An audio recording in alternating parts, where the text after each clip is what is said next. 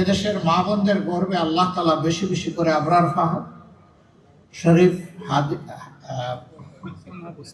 শরীফ উসমান ইবনে হাদি,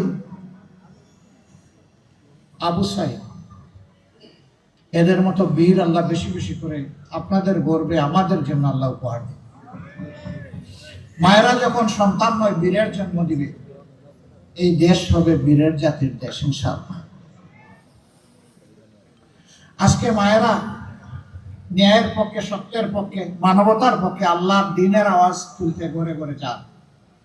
কিছু লোক এটা সহ্য করে না, তাদেরকে বিরক্ত করে, তাদের সাথে অপমানজনক আচরণ করে, তাদেরকে কষ্ট দেয়, এমনকি দিশাহারা হয়ে দুই এক জায়গায় গায়েও হাত দিয়েছে।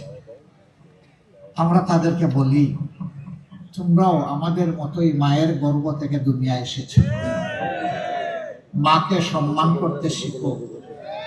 মাকে সম্মান করলে আল্লাহ তোমাদেরকেও সম্মানিত করবেন।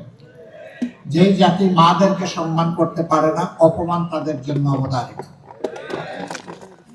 আমরা প্রতিশ্রুতিবদ্ধ, যে কোনো কিছুর বিনিময়ে মায়েদের সম্মান ইনশাআল্লাহ আমরা রক্ষা করব। সম্মানিত কুষ্টিয়াবাসী, আপনাদের অবস্থান এবং অবদান বরাবরই ন্যায় এবং সত্যের পক্ষে, আল্লাহর দ্বীনের পক্ষে। এখানে আপনাদের অনেকগুলা সমস্যা আছে। আমরা যখন আসছিলাম উপর থেকে দেখছিলাম, পদ্মা গড়াই নদী নয় মরুভূমি। এটা যখন মরুভূমি হয়ে গিয়েছে, তখন উপর থেকে যখন ঢলের পানি আসে, তখন আর নদীতে থাকে না, দুই কুল উপচে পড়ে দুই কুল ভাসিয়ে সব কিছুকে তছনছ করে দেয়।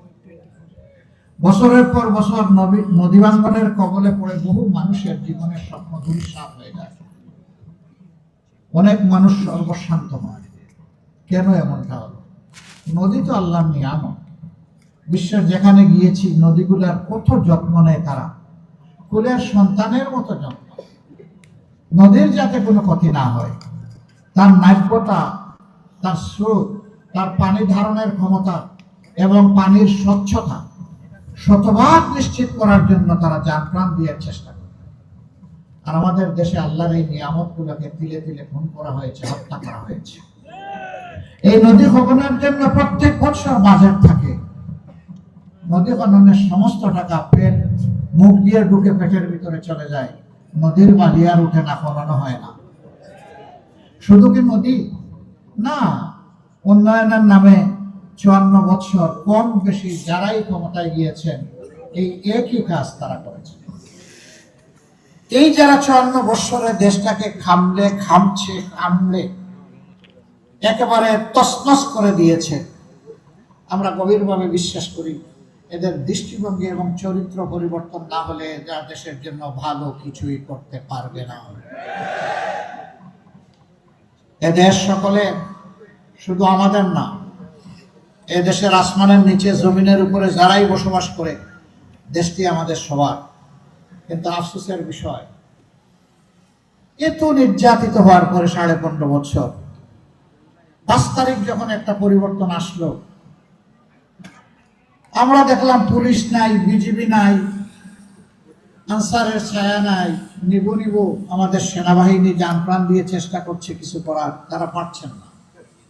তাদের পাশে মজবুত হয়ে আমরা দাঁড়িয়ে গেলাম। এ দেশ আমাদের দেশ। এত মজবুত একটা সংগঠন নেতৃবৃন্দকে